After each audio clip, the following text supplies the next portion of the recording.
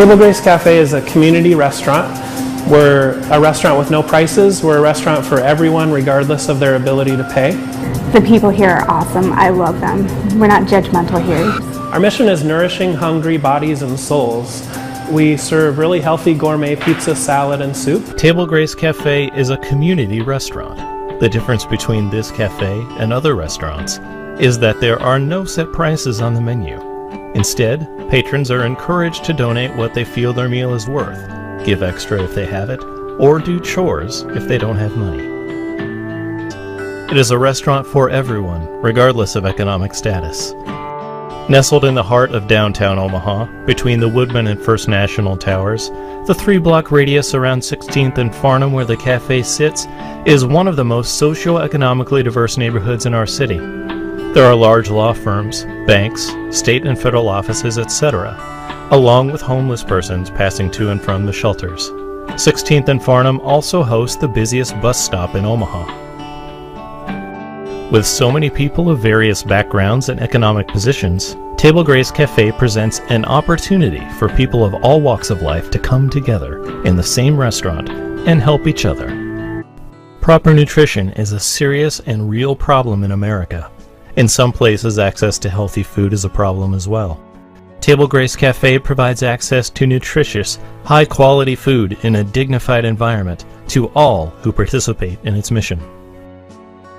In addition to feeding hungry bodies in downtown Omaha, the cafe also offers a training program for people in search of restaurant work. This is a 10-day volunteer program where participants are given general restaurant training and upon completion of their 10 days, receive a letter of recommendation from our staff, help organizing their resume, and help finding a job. If people are out there looking for jobs in a restaurant, they can come here and do basically a volunteer training for 10 days. And during those 10 days, they'll learn everything we can teach them about restaurant work here. It's a complete 180. Before I started at Table Grace, I was more worried about the drugs and everything else, and now I'm about working and actually doing something with my life. As so much has happened to me from working here, and this place is just such a positive influence on my life that I think I'm one of the lucky people, out there that actually gets to go to work and feel rewarded at the end of the day, I think that what we do, it's amazing work. I really enjoy the people that come in and volunteer, the different people that walk through the door and that I get to meet every day. And like I said, it's just one of those jobs that just makes you feel good, Today, we're going to be making a chicken and barley soup with shiitake mushrooms. And we're also going to be making a fermented vegetable salad. My barley's already boiling here. I'm going to take that off the burner and turn it down for a second. And I'm cooking the barley separate just to make sure that it gets cooked properly. The barley is going to take a lot longer to cook than the vegetables in my soup. So I'm starting the barley cooking ahead of time, and then we'll add it to our soup later. And for this recipe, I'm using hulled barley. And hulled barley is the less refined variety. So you get more whole grain from the hulled barley than you would from pearled barley. So that's what I'm using. And this is what it looks like. It's got a little bit more of a rough finish to it, so you can kind of tell the difference between this and pearled barley. And for cooking, it's a 3-to-1 ratio, so you need 3 parts water to 1 part barley. And it's going to take, if you don't soak it, it's going to take about an hour and a half to cook. If you do soak it, you can get it cooked in about an hour. And we're going to use the barley in 2 different ways. We're going to actually put some of it in the fridge and use it as a salad topper.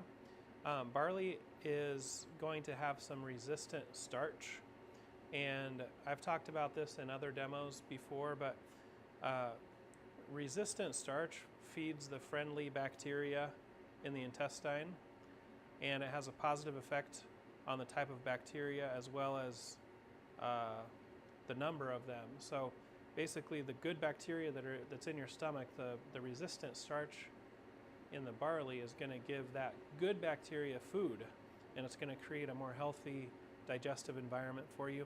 In addition to that, when we talk about yo-yo dieting and all of that. You want whole grains because it's going to make you feel full, and it's going to give you good fiber and promote that digestion, and it's going to be good for blood sugar. In Korea, I believe they call it kimchi. Germany, they call it sauerkraut. These fermented vegetable salads that are going to end up having probiotic qualities to them. Very healthy for digestion, and again, it's all vegetables, so really good, high in fiber, all the nutrients, you know, the dense nutrients. And this particular salad is going to have the superfood cabbage and beets. And for some flavoring, we're going to add these two things. And I don't know if the camera at first can catch the difference between these two. If it can't, that's okay, because I'll show you in a second. They look very similar, but they're different, very different. This one is turmeric, and this one is ginger. And they look about the same from just at first glance, but when we cut into them, you'll see a big difference. Okay, so I'm going to cut into the ginger first. You'll see that's yellow. And then I'll cut into the turmeric, and you'll see that's very orange. Now, typically you might think of turmeric as a dry spice, which it is. You can buy it in dry powdered form. You can also get it fresh, and they happen to sell it fresh here at Natural Grocers, so I'm going to put that into our salad today. I'm wearing the gloves here that don't fit because turmeric is going to stain your hands big time with the yellowish orange color it has. So I recommend wearing gloves. Unless you don't care about your hands getting stained, then don't wear gloves. But so to get the skin off, you don't really want to eat the skin. You can do it a couple ways. I actually like to use a spoon, and I just put my thumb at one end and take my spoon and just pull that skin off. Just pull the spoon toward me and pull that skin off just like that. And you can do the same thing for both the turmeric and the ginger. And then once you got the skin off, you can cut it into really small pieces. If you don't mind biting into a bite of ginger, cut it a little larger. If you don't want to bite into a bite of ginger and you just want the flavor to distribute more evenly, mince it up really small.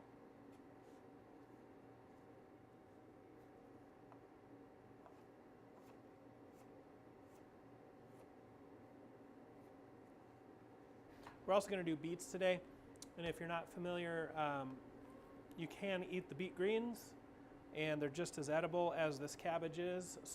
All right, so we're going to use both the beet tops, the beet greens, and the beets themselves. And so I'm just going to chop the beet greens into smaller pieces.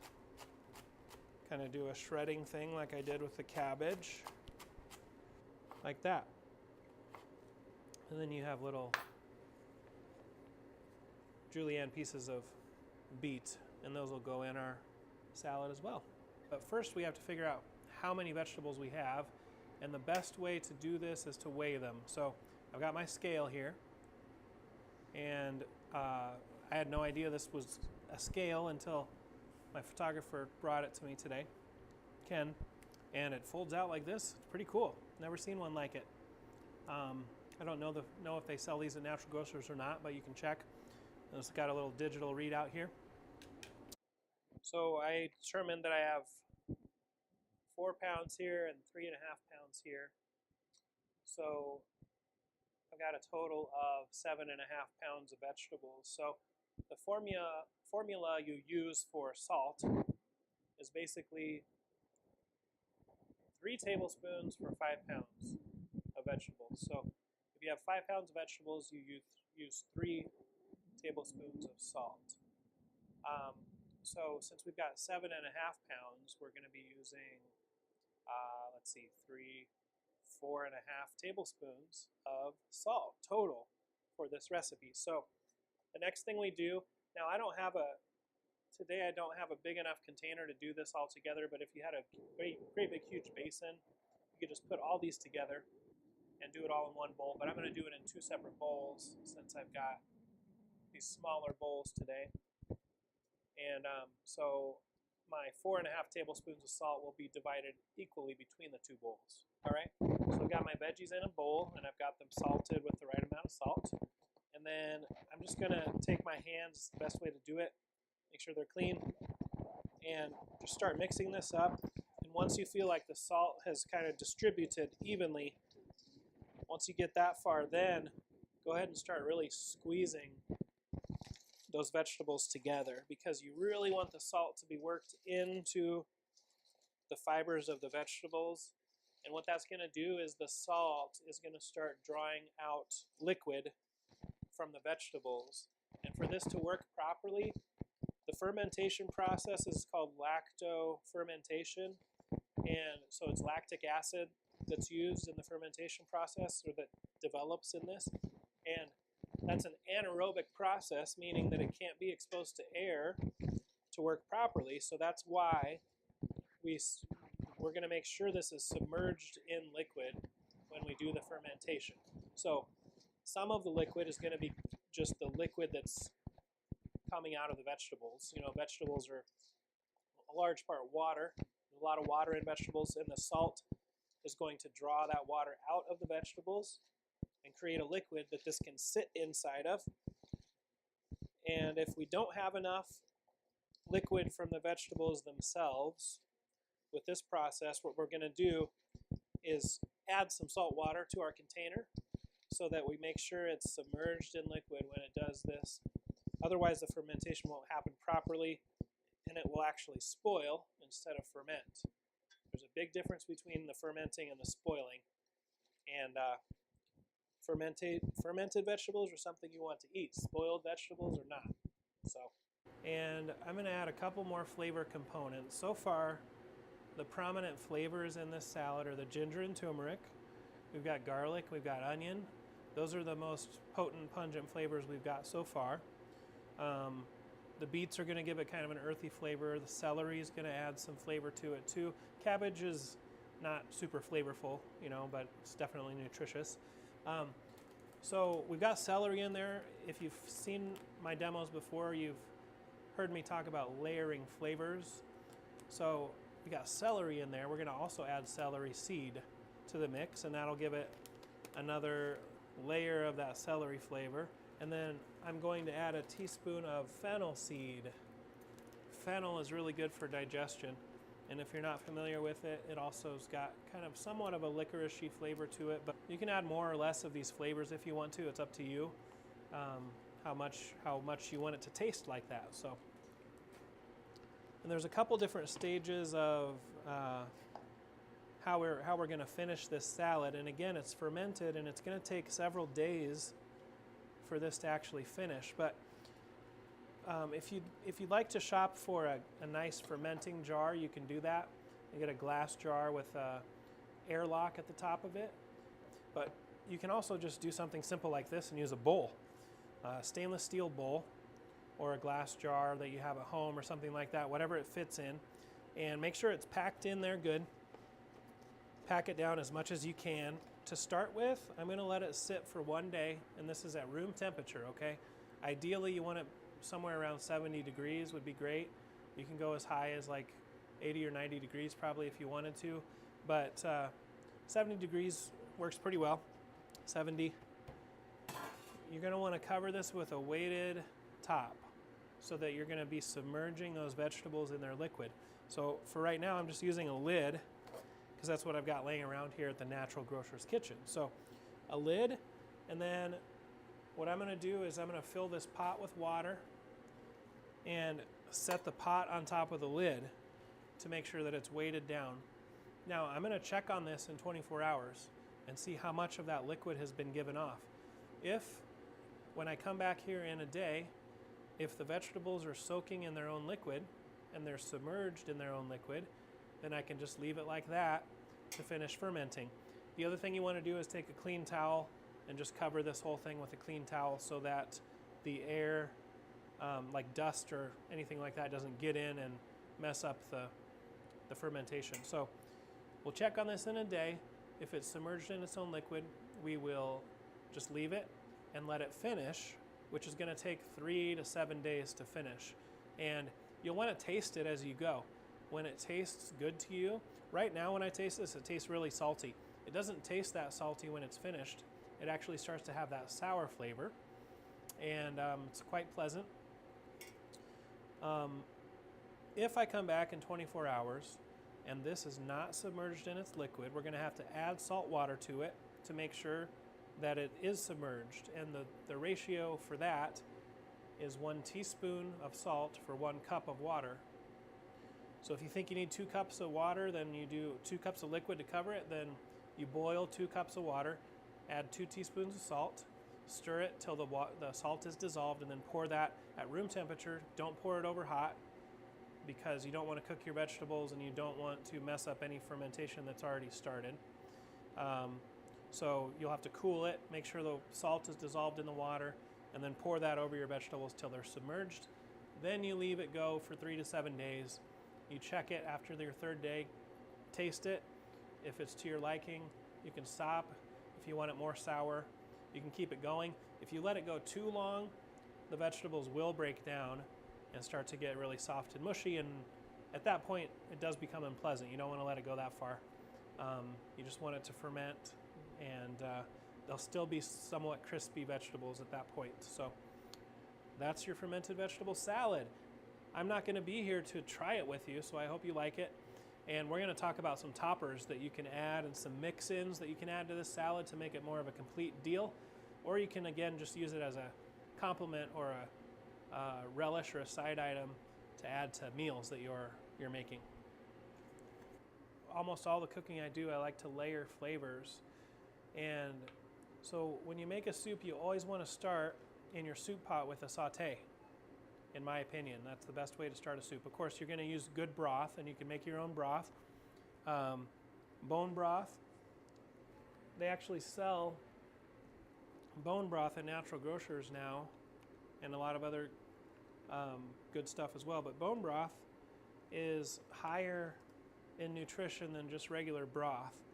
You're going to get collagen from this. Collagen protects and soothes the lining of your digestive tract. It can aid in healing. Gelatin also is in bone broth, and it helps with lactose and gluten sensitivity, actually. Promotes probiotic balance and growth in your digestive tract, and it also promotes healthy skin as well. So bone broth is good stuff. I highly recommend that you use it. So I'm going to use walnut oil today. Put that in the bottom of my soup pot to start with. And then I'm going to start sauteing my onions in that soup pot. I want their flavor to travel throughout the whole soup. And the oil, the fat that I'm using, is going to carry the flavor of those onions. So the flavor of the onions is going to be infused into the oil, and then that flavor is going to travel throughout the entire soup. And so if you just dump everything in a pot and boil it, it's going to be fine, but it's not going to have the same depth of flavor.